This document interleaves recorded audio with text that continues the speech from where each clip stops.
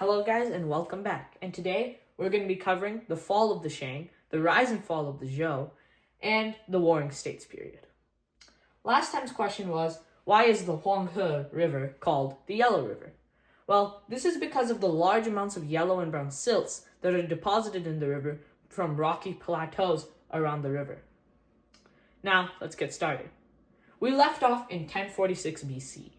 This is actually the last year of the Shang dynasty, what we covered last time. Now, as you see the Shang's region here, a western rebellion against the Shang, known as the Zhou, rose up and claimed that the Shang did not have the Mandate of Heaven. The Mandate of Heaven was a thing kind of created around the Zhou period, and it was basically God's approval that the empire or the emperor was right and they should continue ruling. So the Zhou claimed that the Shang had lost it. This is why they were able to amass such a huge popularity among the people. Thus, the final culmination between the Shang and the Zhou's rebellion came at the Battle of Muya, which I have put here. It is in modern-day Henan province. And as you can see here, the Zhou did win the battle, becoming the Zhou Empire, the Zhou dynasty, the Zhou dynasty under King Wu. Now, I'm going to draw the Zhou's empire around the Shang just to show you that every time a new dynasty comes, they kind of expand more and more until eventually we'll come to all of China. As in the first video, we had them just around the Yellow River. Now we have them all here. Let's draw the Zhou. Okay, so the Zhou.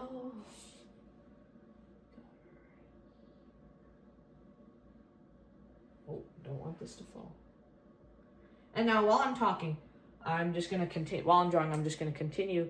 So basically, the Zhou Empire created many things. They created things like the Mandate of Heaven, as I just talked about it. And they also had many agriculture inventions like iron plowing and irrigation systems to help in agriculture. One sec.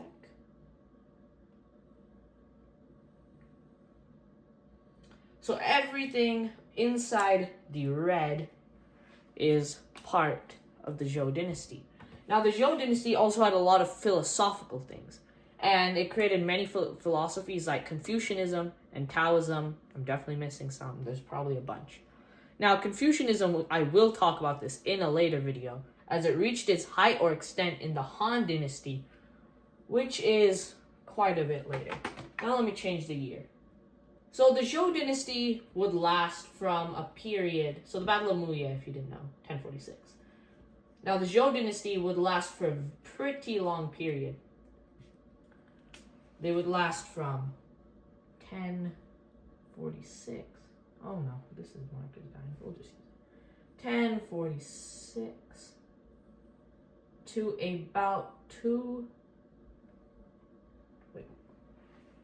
about 256. So during the Zhou rule, we had two periods, the Western and Eastern Zhou. During the Western Zhou, which was about the beginning of the empire, we saw them kind of culminating all their power and getting stronger and coming to their height. In the Eastern Zhou, we sort of saw them falling apart as they kind of lost their powers, and you could even say maybe they even lost their Mandate of Heaven. Now, in this period, I'm going to erase the Shang now. Now, in this period, as the Zhou continued to decline in popularity and power among the people, now, every time in China, all dynasties kind of follow a similar path.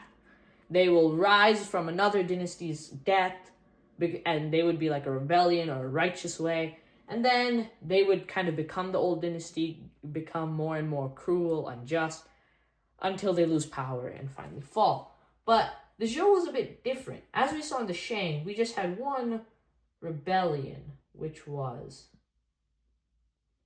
the Zhou. But from 475,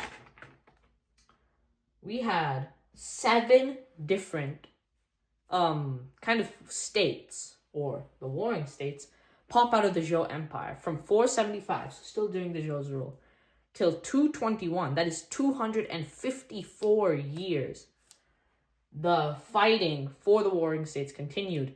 Now, the states were the Qin. I'm going to draw them all as we do this. Were the Qin, the Chu, the Yan, the Han, the Zhou, the Wei, and the Qi. Now I'm going to draw all of these right up here. Now, this might take a while. But as we talk, this war was very bloody. It would have started, the warring states would have probably started with many more states than this. I'm sadly not going to cover this a lot, but there is a different warring states period later, not even that much later. Maybe I'll cover in like another 2 videos, which I love. I know a lot more about that one. But anyway, so we have the Qin, which was basically this huge Western empire, which stretched out like this. I'm probably drawing wrong. Please don't mistake me for this. So we had the Qin. This was the Qin and the Chu, which I'm going to draw next, were probably the biggest ones of this period. We had the Chu coming up here. Now we're going to have the Qi, which ruled around this province. This peninsula, sorry. Then we had the Han. Now the Han will be a later dynasty coming up. It's the next after the next. So if the Zhou dynasty, then we have another dynasty, then we have the Han. So anyway, we're gonna write that right. Oh no. We're gonna put that down right there as the Han. The Wei is here. The Yan is here. And then the Zhou is here. Sorry if you can't see all these lines. Alright. But anyway, about the warring states period, it would be very bloody. You would have betrayals, alliances all throughout this period. And as it continues, you'll more solidify to less and less and less. Less and less and less people. This is also similar to the 8 princes period, which I'll cover later, in which basically there were 8 princes and there were less and less and less of them until there was none of them. That was another one that was similar to this, except they're all princes in that case. Now, the thing about all these warring states period is that you can think of them similar to a civil war, except like times 7 or 8, as there would be like 8 of them at a time, all fighting for power. Now, in the end,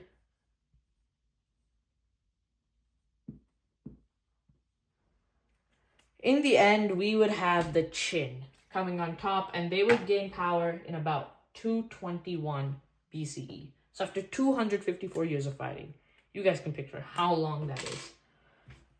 Generations of fighting. The fighting would finally come to an end in 221 BCE under the Qin's King Zheng. Now, next time we will cover more about Qin, specifically more about King Zheng. King Zheng, Zheng. I can link that if you guys like King Zheng. But now, when we come back next time, our question is going to be, what is King Zheng more commonly known by? Anyway, that's all for today. I'll see you next time. Hopefully soon. We'll see. Bye.